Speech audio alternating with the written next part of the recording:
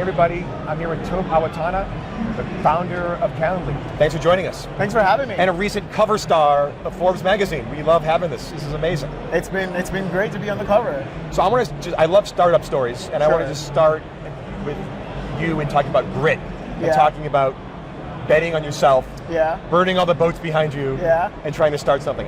Tell me this. I'm fascinated with the Calendly origin story. Sure, I can talk about that. So, my background is, born in Nigeria, lived there till 15, moved to the States to go to college, ended up studying computer science and business, went into the professional world, did enterprise software sales, worked for a lot of great technology companies, learned a lot along the way. Part of that, what I learned along the way is just the story of how great companies are built. I learned that people who build great companies are everyday people. They see a problem, and instead of waiting for somebody else to solve it, they go after themselves, and they persevere, they fail, and they learn along the way. And I thought I could do all the same things. And so my path was I started 3 different businesses. They all failed, but I learned something new. Quick, what are the 3? Give me a rundown of the 3. I love all the different ideas. What were the 3 ones? One was a dating website that never did launch. What was it? Okay. Yeah. What was the theme going to be?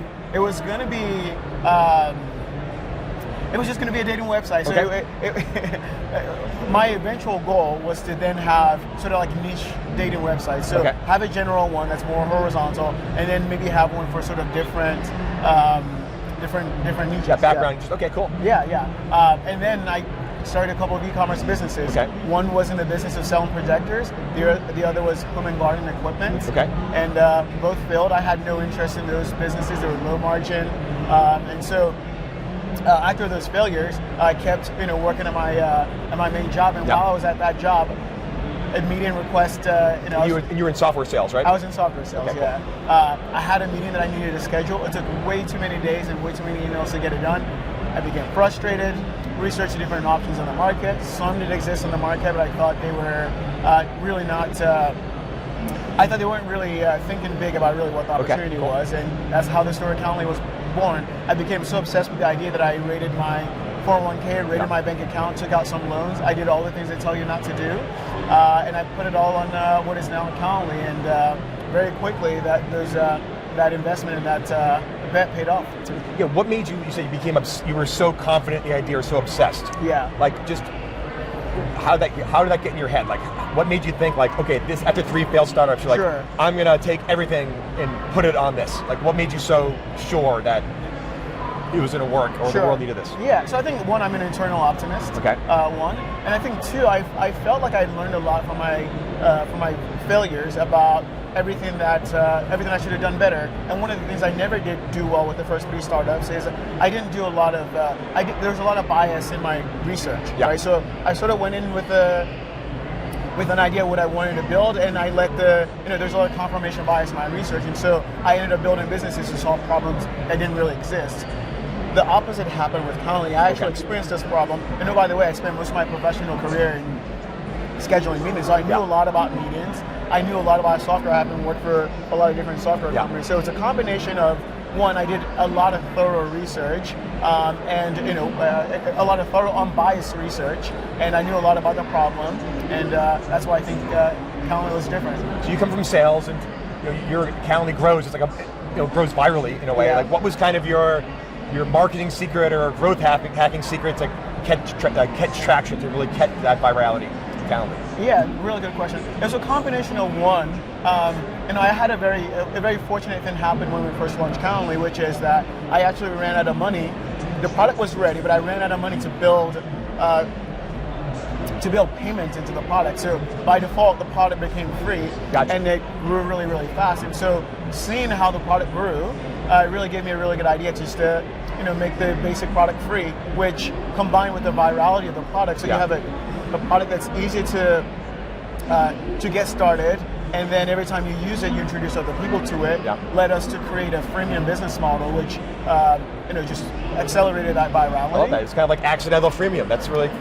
Accidental freemium, best decision ever. If you had more money, you might not be sitting here, right? Exactly. That's awesome. Exactly. I'd be somewhere else. Maybe still selling enterprise software for a big software company. So you're on the front lines of how people. Your data must be incredible on like how people work, meetings, timing. what have you seen like from like, beginning, like before COVID with everyone working remotely all over the place, Zoom, different schedules, different timing, and now kind of we're back in a hybrid world. Like, what insights, like what are you hearing? What's no one talking about that you're seeing like firsthand? Sure, I can give you some of that. So I think before the pandemic, a lot of people use Calendly. And during the pandemic, even more people use Calendly. Some of the major shifts we saw during the pandemic were that, surprise, surprise, the percentage of meetings the percentage of virtual meetings increased, and less in person, almost nil in some cases. And then secondly, the number of meetings each individual person scheduled also increased in some cases by 20-30%, right, during the pandemic. Fast forward to now, we are seeing a little bit of a return back to the normal in terms of the meeting volumes individual meeting volumes that people have, right? And the reason for that is now that people are traveling more, commuting time is actually cutting into the amount of time that people have to take meetings. So there's that. The other thing I think we're seeing is that we're seeing obviously a return of more in-person meetings. What is true before the pandemic, during the pandemic, and after the pandemic is our customers want to get more out of their meetings, and that's where we're squarely headed. And we are really excited about building scheduling solutions in service of revenue generation, customer retention, recruiting results, and nurturing the most important relationships, and that's where we're going. How does that work? Give me one example of how software can do all that. Yeah, I'll give you a really good example. So a lot of sales teams use Calendly to improve to connect with their customers at the height of their interest. So it turns out that 50% of buyers are most likely to buy from the first vendor that they're able to make contact with. And what Calendly allows our customers to do is when the customer's interested in your product, interested in your service, instead of this back and forth going back, we allow you to connect with the height of their interest. And in addition to that, we are also pushing that meeting data into their systems of record, their CRM, so that other business processes can be triggered. A lot of companies have very complex rules around how a sales rep is matched with a customer. And we help them manage all that complexity. Cool. I need all that for a journalist. That sounds really good. Two-part question, because you're in the software world, cutting edge. What is the most overhyped thing happening in tech right now? And the other part will be, what's the most under the radar, underhyped thing happening in tech now? Big questions. So I think one of the most overhyped things is definitely crypto. Now I think crypto has a place in our society for sure, but I think that a lot of the use cases today are really solutions in search of a problem. But I think it has great potential in the long run. What is underhyped? So when's the Calendly coin coming out? I'm waiting for that, right? Don't hold your breath. Yes. What is underhyped? Listen, I still think that meetings, right, are still underhyped in the sense that I think that in the pandemic, a lot of us took more meetings than we maybe took before the pandemic, and I think because of that, there are some pockets where people feel some meeting fatigue. But the reality is, meetings are still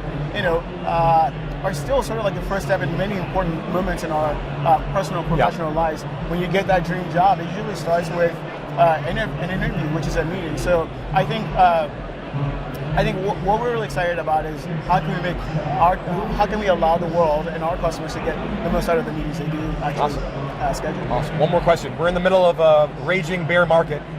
If you had $1 million right now, where would you invest, or in what? Man, you might have.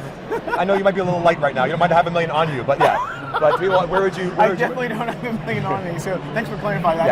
I don't want to get robbed on my way out. 100%. A lot of sketcy characters around here. Listen, I still believe in the U.S. stock market. I do. Very cool. Awesome. Tope, thanks for joining us. Thank you.